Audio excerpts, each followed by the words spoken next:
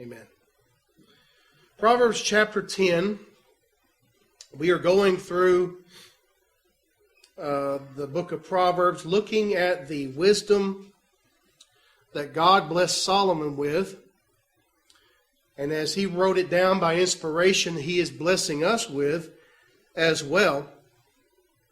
Chapter 10 begins the section of the wise sayings of Solomon, in which there are short little proverbs that deal with a particular subject, whether it be wealth, whether it be the use of our speech, whether it be honesty, whether it be righteousness, and compares and contrasts the wise person with the foolish person. And we left off about verse 16 of Proverbs chapter 10. It says, "The labor of the righteous leads to life, but the wages of the wicked to sin." Verse 17, "He who keeps instruction is in the way of life, but he who refuses correction goes astray." So verse 16, we see that labor of the righteous leads to life. And we see that the wages or the payment of the wicked to sin. You have the righteous and the wicked being compared here and contrasted. The labor of the righteous leads to life. In what way would the labor or the work of righteousness or the righteous person lead to life?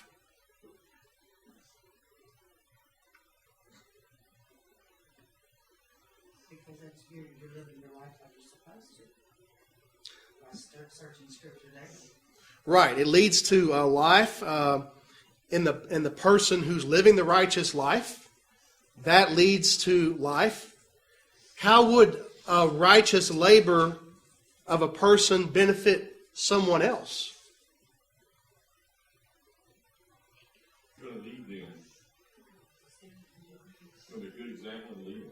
It's going to be a good example to others and lead them in the way of life.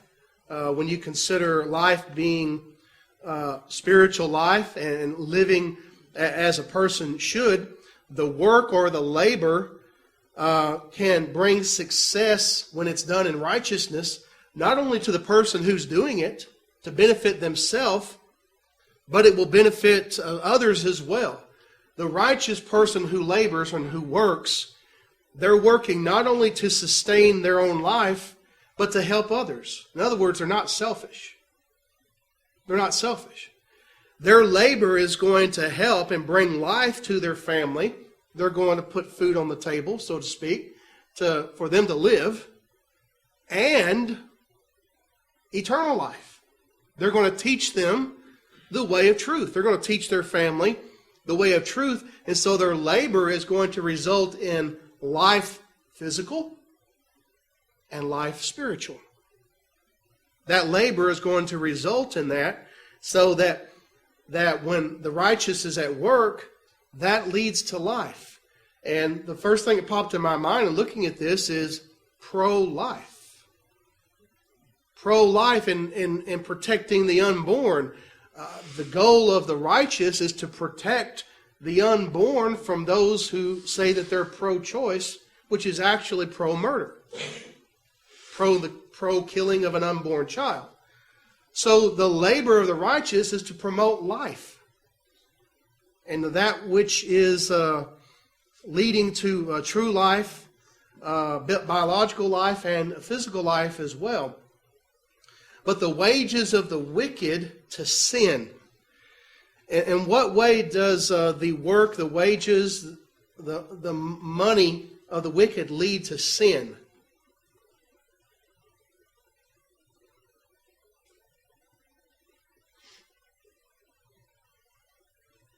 On what they spend their money on, right? On what they invest their money in, right? Think about those that are involved in wickedness, that invest their money in wickedness. that leads to sin. Liquor stores, those in the liquor industry, those who sell alcohol, they're investing in sin. Even though they may not drink themselves, those who work in such industries are promoting a substance that's applied on our society. I cannot see how a Christian could work in an environment like that and promote that. I cannot reconcile that with the Bible, because you can just look in the newspaper and read or watch TV every night to see the fruit of alcohol. People dying all the time as a result of alcohol. When there's a fatal accident, what is one of the most prominent things that's set forth? Drunk driving, under the influence. So that leads to wickedness. So the wages of the wicked to sin. Verse 17, he who keeps instruction is in the way of life, but he who refuses correction goes astray. The person who keeps instruction is the person who does what? They listen. They listen to God's will. They keep it. And that word keeps instruction is a person who keeps the commandments that we find in the New Testament. The person who keeps God's will is one who hears it and does it. That leads in the way of life. This is the person that we've seen over and over again in the book of Proverbs who listens. They listen to God's will. It's not like water on a duck's back that you just pour it off, it just beads off. They're listening. It absorbs into their mind, and they're willing to do it, and therefore it results in life. But he who refuses correction goes astray. And some translations say leads astray. This is referring to someone who refuses correction. This is the person who will not listen to instruction. You notice there in verse 17, instruction is paralleled with correction. Instruction leads to correction. When we have instructions into doing what's right, if we deviate from that, we go to the instructions, we make the corrections that are necessary for us to do what the instructions tell us to do. So you have the person who's willing to keep instructions, and that will lead to life, lead to eternal life, and the person who refuses, they go astray. Look at verse 18. Whoever hides hatred has lying lips, and whoever spreads slander is a fool. The spreading of slander, the one who hides hatred has a lying lips. Here's someone who has hatred, but they hide it. They hide that hatred, and they spread slander. Slander is the saying of things to hurt someone, to destroy that person's character in the eyes of others. It's to tear down a person's character and to make that person look bad, also called gossip. Sometimes it deals with lies. Sometimes it deals with the truth. So a person can gossip with the truth. Something that doesn't need to be made known, but they tell it anyway so that they can make that person look bad. It's not something that's public. It's not something that everyone knows about, but this person is aware of it, and they're going to tell it to make that person look bad. And it could be the truth, but yet it's used slanderously. Used slanderously. I was talking about the proper use of our tongues and how that hatred has the ability to spread slander, and that person who does that is a fool. And that can be done through the internet. That can be done through a cell phone call. That can be done getting together. Well, did you hear about so-and-so? Did you hear what they did? And it could even be the truth. But it's something that is not public, that person needs to deal with in their life, but the person who's gossiping is trying to tear down the reputation of the person they're talking about, and that is slander. That is not the same thing as talking about someone's public sin in which we're talking about it, in which we're trying to help that individual. What can we do to help this individual with the sin that is obvious? That's not slander and that's not gossip. We're trying to figure out how can we help this brother? How can we help this sister? We're not telling anything about that person that people don't already know because they're living that sin openly. So it's one of those things where the motive has to be carefully examined when something is said about someone else. We don't want to be guilty of slander or gossip, spreading that which is false. Look at verses 19 through 21. This all goes together because, again, it's talking about our speech. In the multitude of words, sin is not lacking, but he who restrains his lips is wise. The tongue of the righteous is choice silver. The heart of the wicked is worth little. The lips of the righteous feed many, but fools die for lack of wisdom. Verse 19, in the multitude of words, sin is not lacking. You know, you're going to find this in the book of Proverbs. A person who just runs their mouth in the book of Proverbs is seen as a fool. Someone who talks before they think is seen as a fool. In the multitude of words, sin is not lacking. But he who restrains his lips is wise. Sometimes it's best just to keep our mouth shut. Silence is golden. You heard that expression? In certain situations, sometimes it's best to refrain from speaking. Look at Psalm 39. Psalm 39 goes along with this.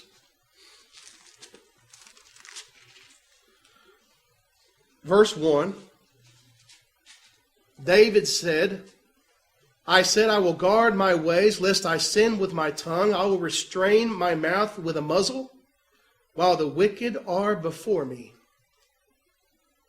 He says, I'm going to put a muzzle on my mouth, and I'm going to guard my ways, lest I sin with my tongue. Sometimes it's best just to not say something in certain situations. Look at James chapter 1 in the New Testament.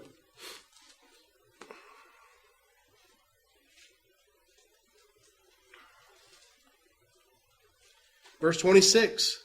James chapter 1 and verse 26. If anyone among you thinks he is religious and does not bridle his tongue, but deceives his own heart, this one's religion is useless. If you can't control your tongue and you want to be religious, know that you can't have a useful religion if you're not going to control your speech. And of course, James chapter 3 that talks about the tongue in great detail, how that it is dangerous, it can do so much damage.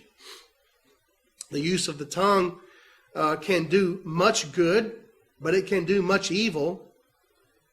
And we are to listen. We are to be people to hear first, and sometimes not to speak.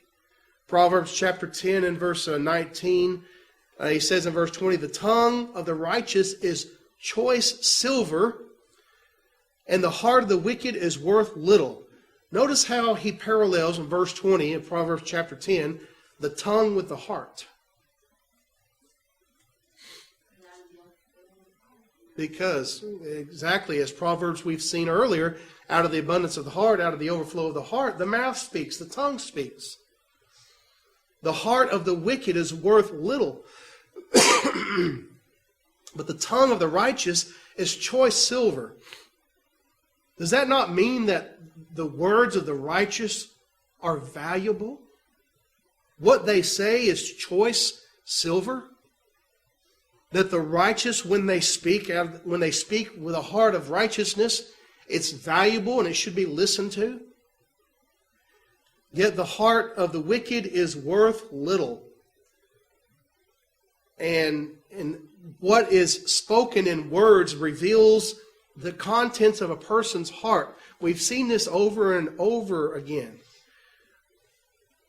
The other day I was eating in a restaurant, and I saw a man come in with a little girl, and on the back of his t-shirt he had a message. And his message, I can't tell you all of it because some of it's got bad language in it, but his message on his t-shirt was what mattered to him was long necks, that's beer, and loose women. That's women he can fornicate with. And he had his little daughter with him. I'm assuming it's his daughter. He had a little girl with him. And then the rest of the message I can't even repeat in public. But that was the message on the back of his t-shirt. That's what mattered to him.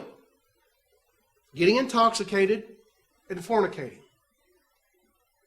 He's going to raise that little girl. I said a prayer for him. And for her. Sad. To advertise it. That's what matters to him. And so he spoke volumes about his life. There's only one of two options concerning him, and I'm judging him with righteous judgment. John 7 and verse 24. He's either, number one, an unfaithful Christian, or number two, he's not a Christian at all. Because no faithful Christian would walk around with a t-shirt that said that. He spoke volumes about how he lives his life. And the heart of the wicked is worth little. And that shows that he is worth little. And he's a parent.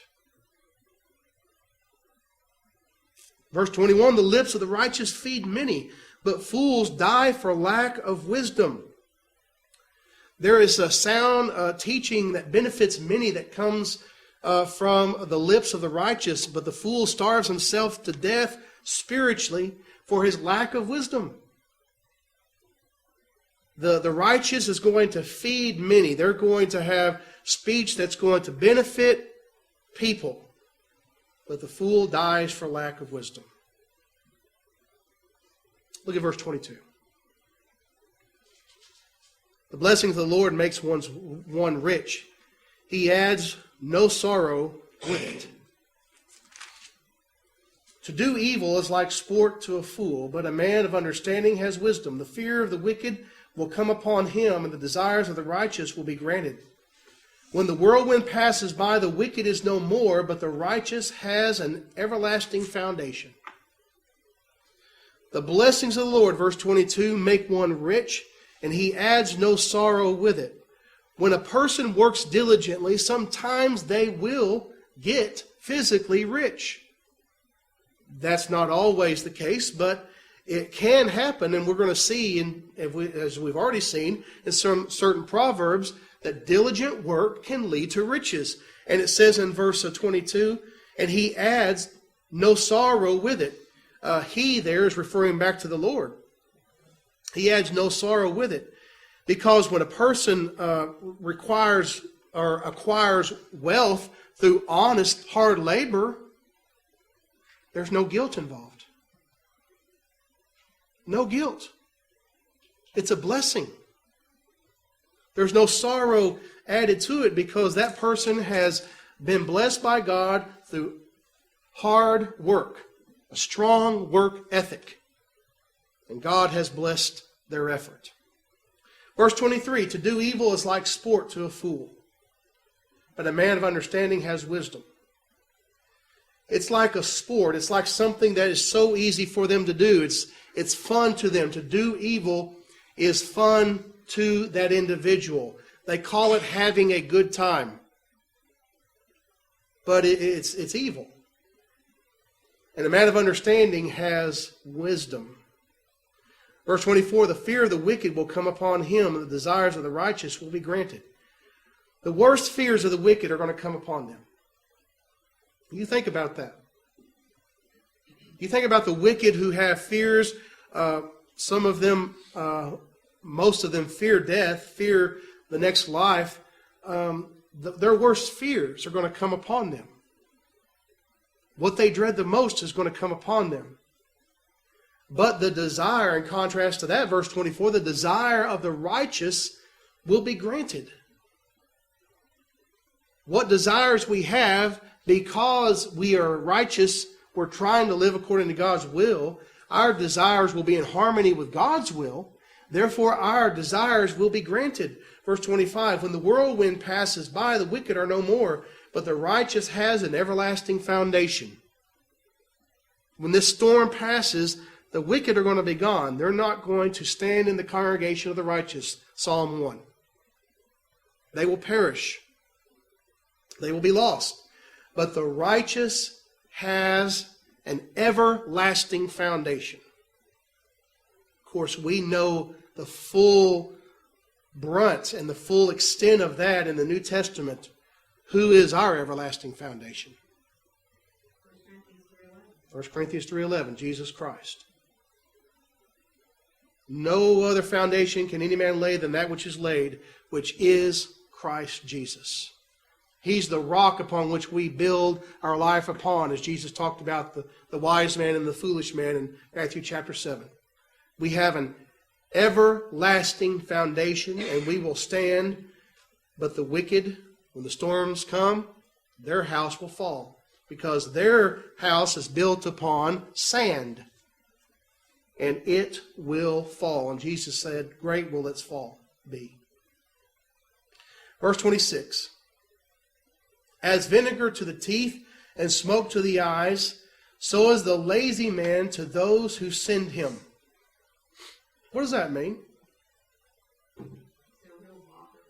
That's what the note I made. They're real bother. You know, vinegar to the teeth, that's not pleasant. Smoke to the eyes, that's not pleasant. You send a lazy man to go do something, that's irritating, isn't it? You're not going to get it done. And that can apply to a woman too.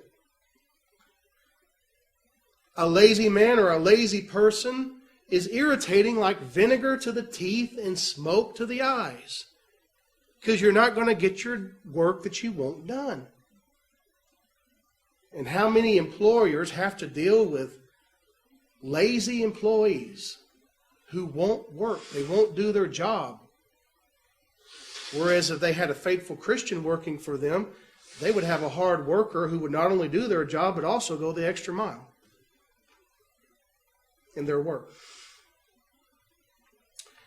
Verses 27 through 29 all go together. The fear of the Lord prolongs days, but the years of the wicked will be shortened. The hope of the righteous will be gladness, but the expectation of the wicked will perish. The way of the Lord is strength for the upright, but destruction will come to the workers of iniquity. The fear of the Lord prolongs days. In what way is that true? How does the fear of the Lord prolong a person's days?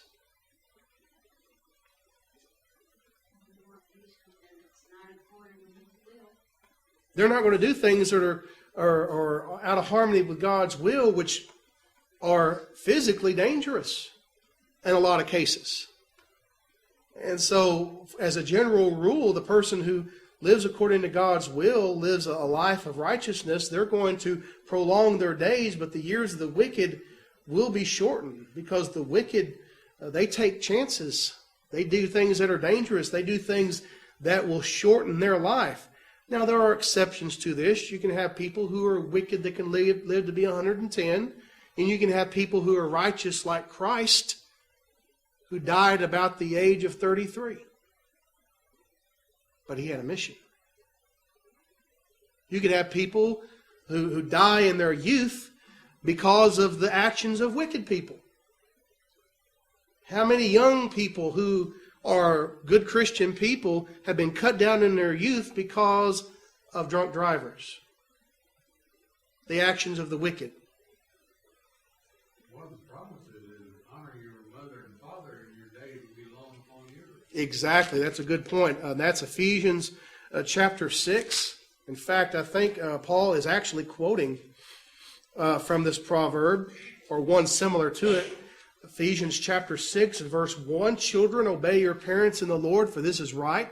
Honor your father and your mother, which is the first commandment with promise, that it might be well with you, that you may live long on the earth.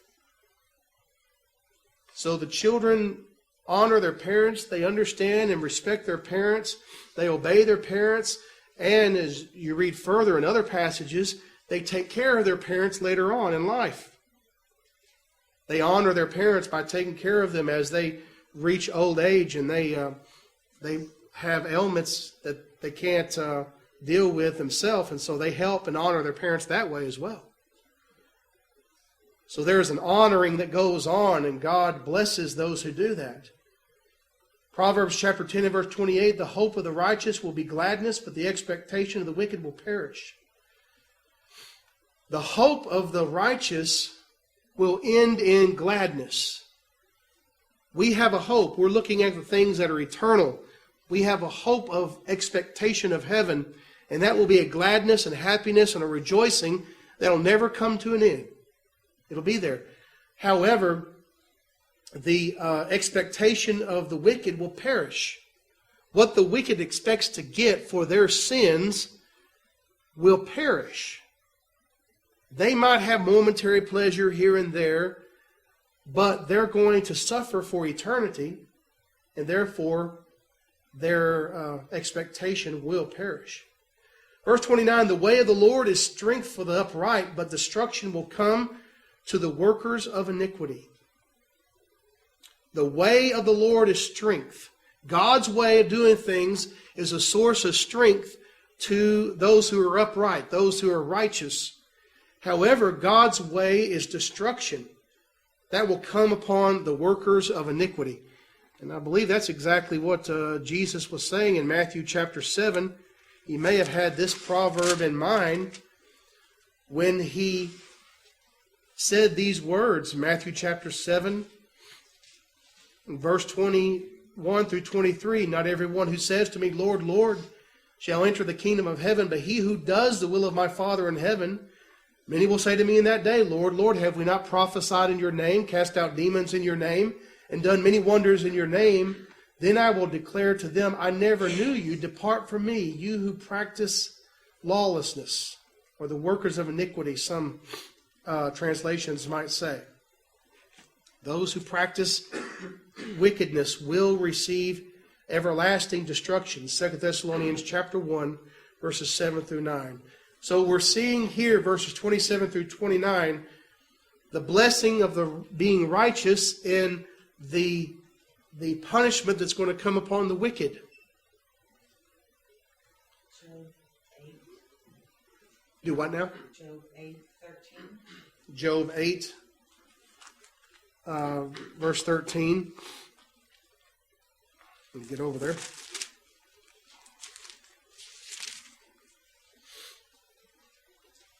So are the paths of all who forget God, and the hope of the hypocrite shall perish.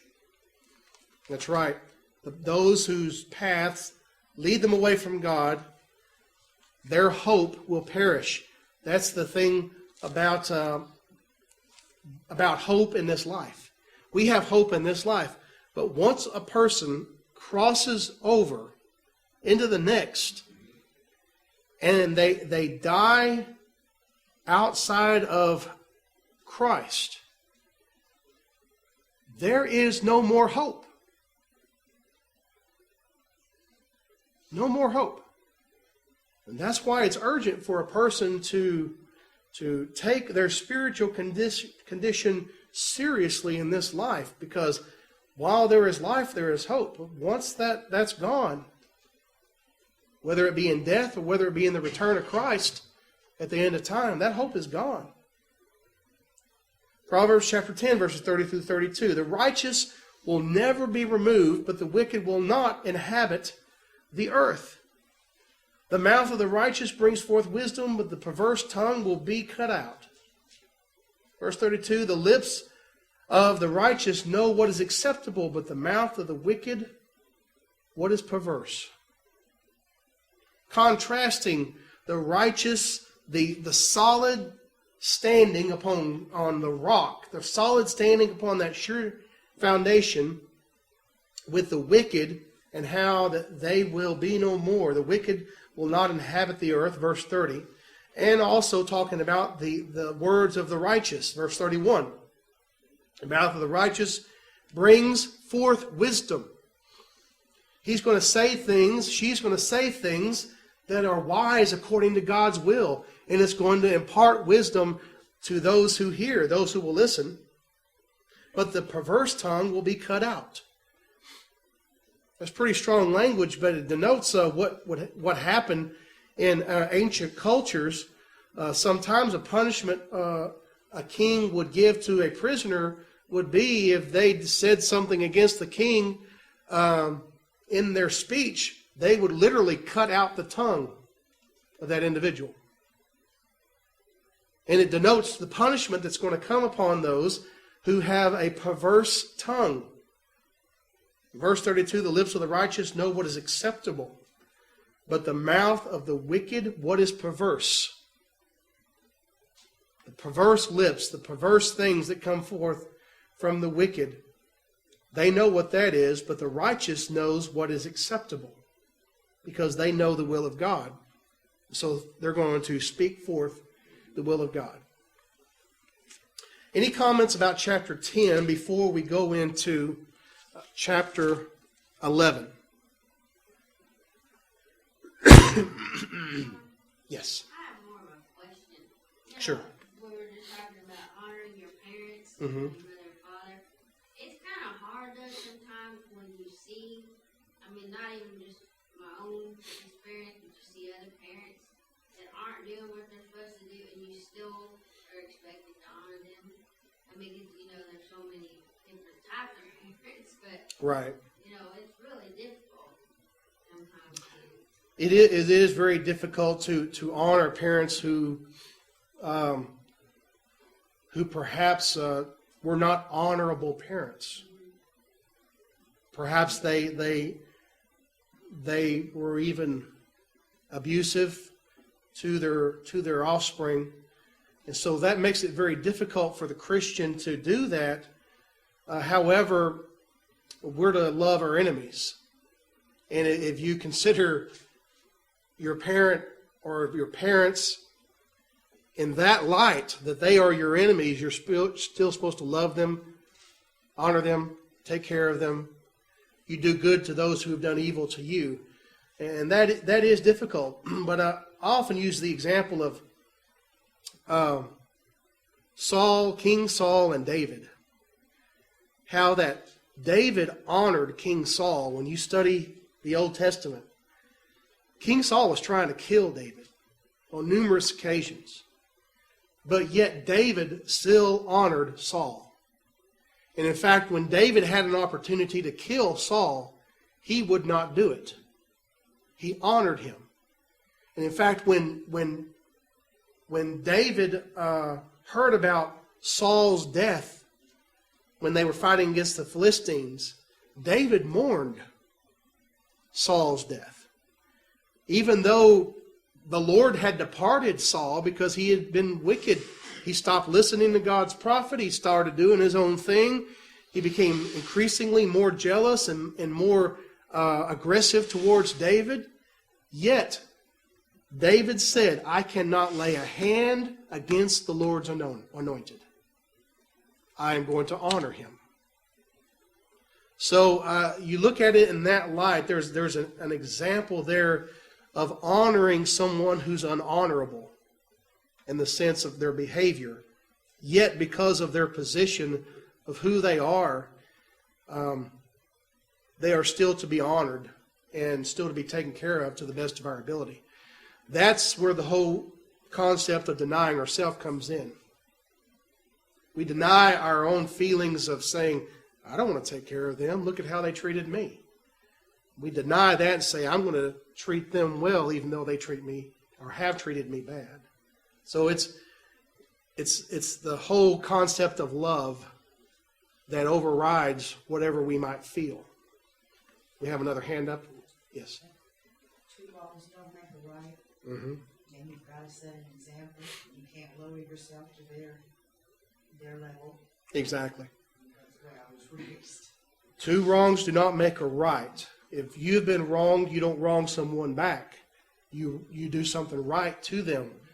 And so it it's easier to honor an honorable person, but it's hard to honor an unhonorable, stubborn, ornery person.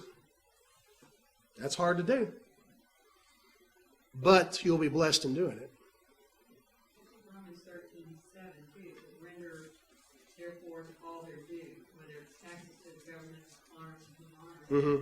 Those in position of authority, we're to honor them, no matter whether we necessarily approve what they do, as long I guess it doesn't conflict with our Christian responsibility. Exactly. We should honor those in government, those who are wicked, those who you may not have even voted for. They're still in that position of authority. And when you read Romans chapter 13 very carefully, they would not be in that position if God had not allowed it to happen. So we have to honor those who are in authority and those whom God tells us to honor. Proverbs chapter 11 and verse 1. We'll look at a few verses and then we'll wrap up class. It says, dishonest scales are an abomination to the Lord, but a just weight is his delight. What's he talking about there? You know, in your dealings with like the things that weigh out whatever scales, Mm-hmm. and make sure that they're accurate. Right. Many people would be paying for it. Are there dishonest people who would perhaps rig a scale to have it weigh more? Maybe put their thumb on the scale there, have it to where it weighs more and then charge you for that weight instead of what it actually weighs? It's talking about dishonesty in business dealings here. Leviticus chapter 19 and verse 35. You shall do no injustice in judgment, in measurement of length, weight, or volume. Verse 36. You shall have honest scales, honest weights, an honest ephah, an honest hin. I am the Lord your God who brought you out of the land of Egypt. You have honest measurements. God is concerned about details when it comes to things like this. Deuteronomy chapter 25, Moses repeats this law concerning being honest. Deuteronomy chapter 25, verse 13. You shall not have in your bag differing weights, a heavy and a light.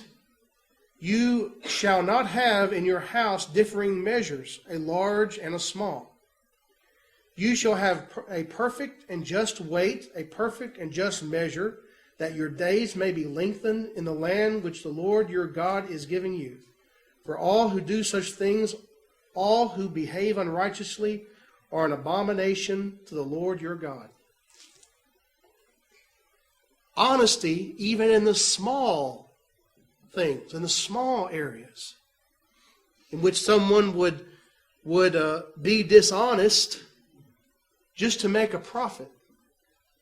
And they say, well, you know, it's not a big deal. It doesn't weigh that much. But my scales are rigged to where it says it's a few ounces heavier. That way they can charge more. He says that is an abomination to God. That's a person who's dishonest. And how many people cheat on their income tax? They lie. How many people pencil whip paperwork at their place of employment? Check a thing that says that you do this and you really didn't do it. But you check it anyway. So the paperwork can be brought in time and the boss won't get mad at you for the paperwork being late. Dishonesty. And that goes back to the whole concept of integrity. Integrity is who we really are. A righteous person, you could not get them to be dishonest. You could not do something. There's not enough money they could make. There's not enough incentive for them to get ahead at work to be dishonest. They're going to be honest even when it comes to little things, because that's who they are. They are righteous before God, and that is integrity. That's why dishonest scales are an abomination to the Lord, but a just weight is His delight. You be honest in what you do at work and what you do as far as your business dealings. Verse 2, and then the lesson will be yours. Proverbs 11, verse 2. When pride comes, then comes shame, but with the humble is wisdom. Pride brings about shame, because the prideful will be humbled, and that will shame them. They'll be humbled in this life, and certainly, in the life to come, they will be humbled, and that will bring about shame. But with the humble is wisdom. The humble is someone that does not seek exaltation. They seek to know God's will and to do it, and God will exalt them. We should allow God to exalt us and not to exalt ourselves. We should not be self-exalting. We should be humble. We should be receptive to instruction, as we've seen in chapter 10. We should receive correction. We should live the life that God has given us to live, and let God exalt us. He can exalt us a whole lot better than we can. But those who are full of pride, they come to shame, and it results in so much damage. Next week we will continue in Proverbs chapter 11. So I'll be reading the entire chapter.